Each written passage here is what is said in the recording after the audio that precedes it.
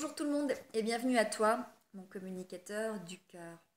Nous avons précédemment parlé de l'effet Pygmalion, de ses effets délétères ou positifs, et comment ils pouvaient induire des comportements de succès ou au contraire des comportements d'échec.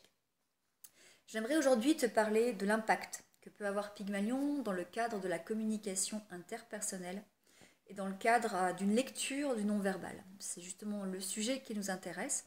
Je ferai prochainement plusieurs vidéos sur la communication non-verbale, comment avoir une grille de lecture des gestes inconscients et comment, grâce à cette grille de lecture, pouvoir décoder l'état émotionnel ou l'état d'esprit de votre interlocuteur, s'il joue des rôles ou pas, et s'il est en congruence ou pas.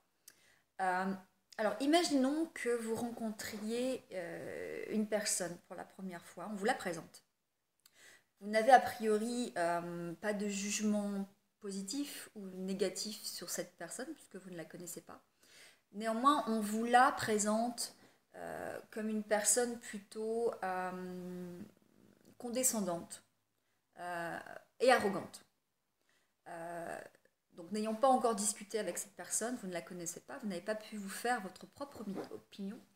Néanmoins, ce jugement de valeur s'est imprimé dans votre esprit. Il s'agit de ce qu'on appelle la carte de visite. Alors ce n'est pas forcément une carte de visite corporelle, mais c'est une première impression qui va s'imprimer dans votre esprit. Et à partir de là, tout ce que va faire la personne au niveau de ses comportements, au niveau de sa gestuelle, de ce qu'elle va dire, de voilà, la façon d'être au quotidien, vous allez l'interpréter de telle manière à ce que cela colle complètement avec l'étiquetage et l'étiquette que l'on vous a donnée de cette personne.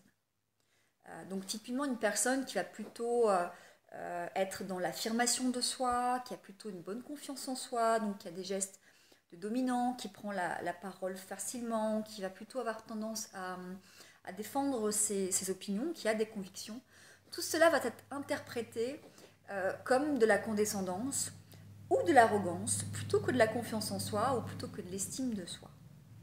Donc en communication interpersonnelle et surtout en communication non verbale, il est très important de ne pas tomber dans ce piège de l'effet Pygmalion ou du halo, de l'effet de halo, puisqu'effectivement le halo pour moi est fortement associé et fortement lié à Pygmalion, puisque voilà, le jugement rayonne et fait écho sur vous-même et sur les autres personnes.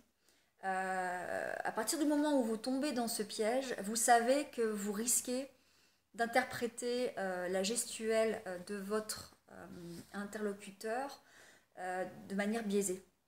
Parce qu'effectivement, vous allez interpréter la gestuelle ou les comportements pour qu'ils puissent coller au maximum à l'étiquette que l'on vous a donnée. Donc, encore une fois, prudence, prudence par rapport à Pygmalion, prudence, prudence par rapport à l'effet de halo. Maintenant que vous êtes avertis, prenez beaucoup, beaucoup de recul. Prenez vraiment beaucoup de distance par rapport à ce que l'on vous dit d'une personne, surtout si vous ne la connaissez pas. Je pense qu'effectivement, si vous rencontrez cette personne, il va se dégager au bout de quelques secondes un sentiment positif ou négatif. C'est-à-dire qu'en quelques secondes, on est capable de savoir si cette personne est un ami, un ennemi, cette personne est plutôt positive ou négative, si elle est plutôt agressive ou plutôt bienveillante. Voilà, ça, c'est quelque chose qu'on arrive à détecter assez rapidement. Mais je pense qu'il faut la plupart du temps aller creuser encore et encore et ne pas tomber dans le piège du jugement de valeur trop hâtif qui, par voie de conséquence, pourrait faire un effet de halo tout autour de cette personne et pourrait lui poser quelques petits soucis. Voilà, je vous embrasse, j'espère que cette vidéo vous aura été utile. À très bientôt.